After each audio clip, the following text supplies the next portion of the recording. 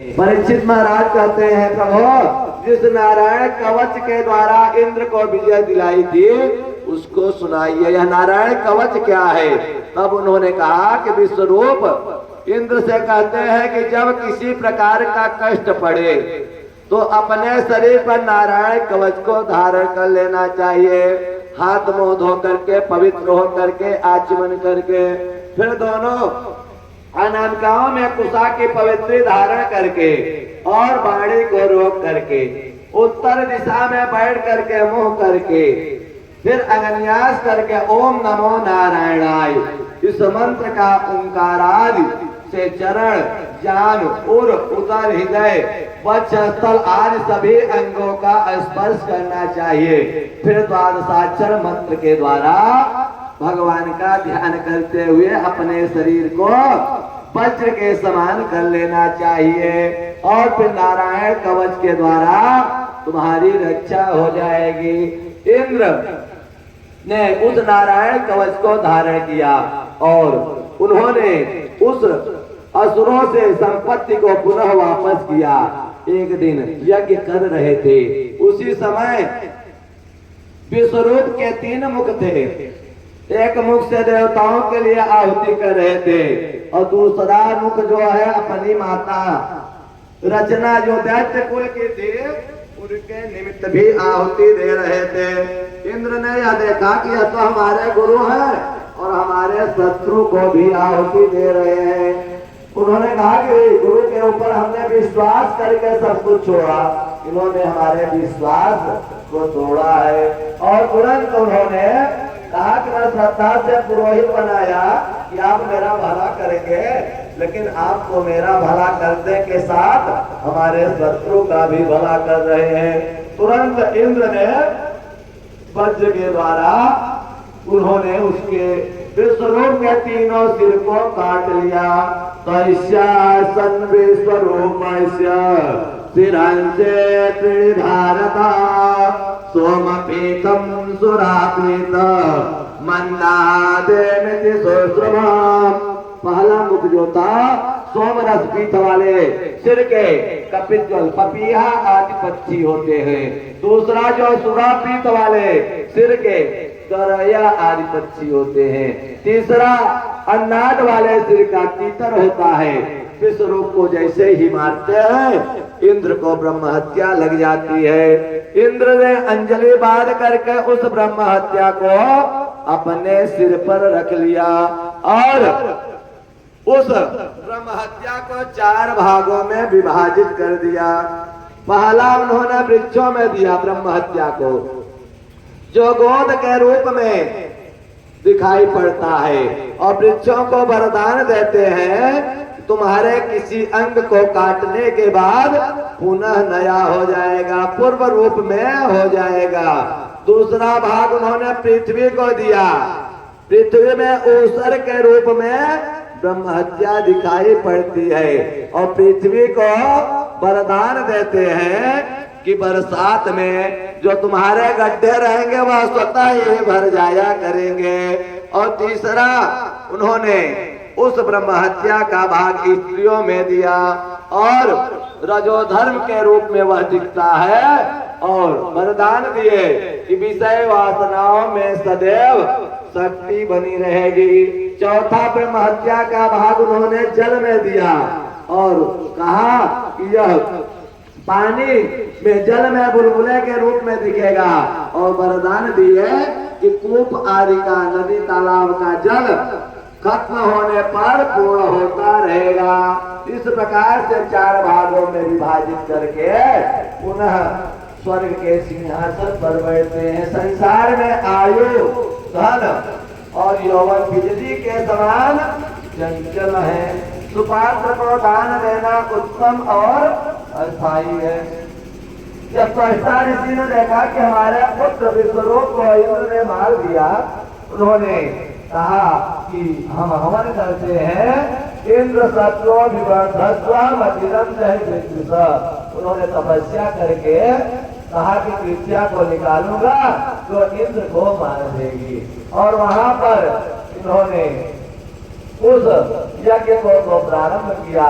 उस यज्ञ में एक भयंकर आकृति के दाढ़ी मूछ वाला एक वृत्तासुर नाम का राक्षस होता है और वह अस्त्र शस्त्र लेकर के देवताओं को मारने लगता है। सब भगवान नारायण की शरण में जाते हैं कि नारायण हे वासुदेव आप हमारी रक्षा करिए, आप ही हमें इस संकट से शीघ्र ही उबार दो। और इस प्रकार जब वह प्रार्थना करते हैं तो भगवान ने कहा कि तुम जा करके तभी ऋषि से उनके हड्डियों को मांग के ले आओ, उसी से वज्र बनेगा और उसी से वृत्तासुर का वध हो सकता है।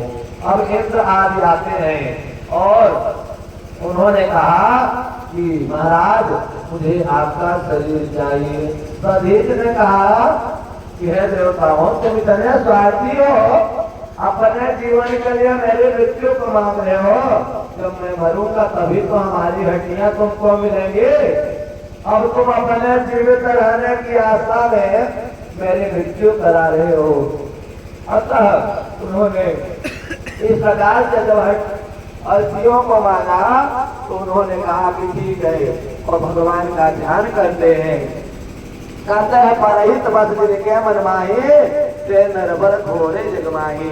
उन्होंने अपने शरीर को इनको समर्पित किया और कहा जाओ इससे वज्र बना लेना, तुम सबका कल्याण हो जाएगा।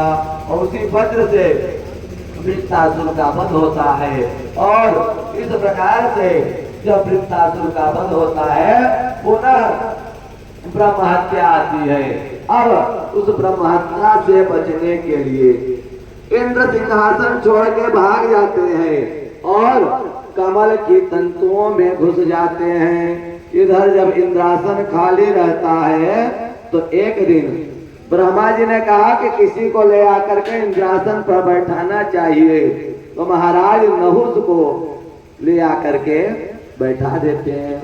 नारद जी घूमते घूमते आते हैं, उन्होंने देखा कि नहुस इंद्रासन पर बैठे। उन्होंने कहा कि आधे इंद्र आपको प्रणाम है। नहुस जी ने कहा कि आधा इंद्र कैसे, मैं तो पूरा हूँ। नारद जी ने कहा कि जब पत्नी सची नहीं है तो आधा ही तो है, पत्नी का आधा भाग है, पति का आधा, इंद्र के आधे भाग पर आप राज्य कर रहे हैं, आधा तो खाली ही है।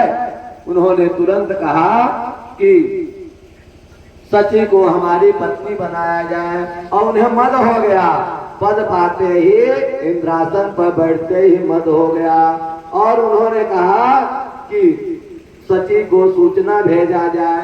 जब यह बात उनको मालूम हुई, सची ने गुरुदेव से पूछा कोई उपाय बताइए। गुरुदेव ने कहा कि जाकर के नहुस को सूचना भेज दो कि अगर सब ऋषियों की पालकी में बैठ करके नहुस आएंगे तो मैं उनको स्वीकार करूंगी।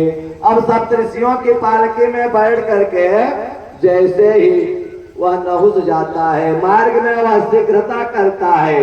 क्यों? काम रोग रोगी प्रबल, देखत धीमी चाल, सर्प सर्प कहने लगा, सर्प हुआ तत्काल। उसने कहा शीघ्र चलो, जल्दी चलो, जल्दी चलो। और जैसे ही वह बार बार कहता है उसी समय अगस्त ऋषि ने श्राप दिया, जाओ सर्प हो जाओ। तुरंत वह सर्प बन जाता है। फिर देवगुरु ने इंद्र को वहां पर अश्वमेध यज्ञ करा करके उस ब्रह्म हत्या से मुक्ति कराते हैं। इस प्रकार भगवान की भक्ति करके वह मुक्ति को प्राप्त करते हैं। आइए 2 मिनट भगवत नाम संकीर्तन करते हैं, फिर भगवान की कथा में प्रवेश करते हैं।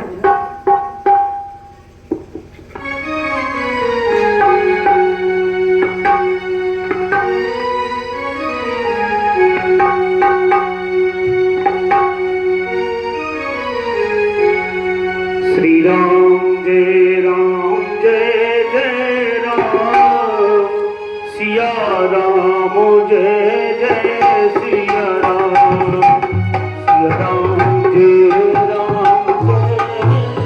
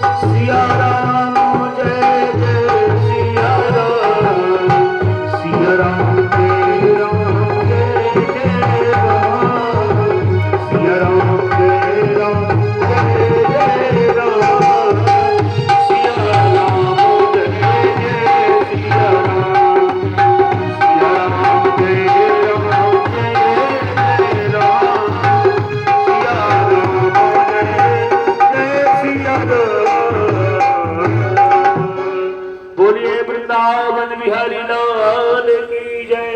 श्रीमद् भागवत महापुराण की जय। इस प्रकार से ब्रह्म हत्या से मुक्ति पाते हैं और इंद्र भगवान के अश्वमेध यज्ञ को करते हैं और ब्रह्म हत्या से मुक्त होकर के पुनः अपने राज्य पर बैठ जाते हैं। इस प्रकार से अनेक कार्यों को करते हैं और नारद जी यहाँ पर अनेक प्रकार के कार्यों को बताते हैं। एक दिन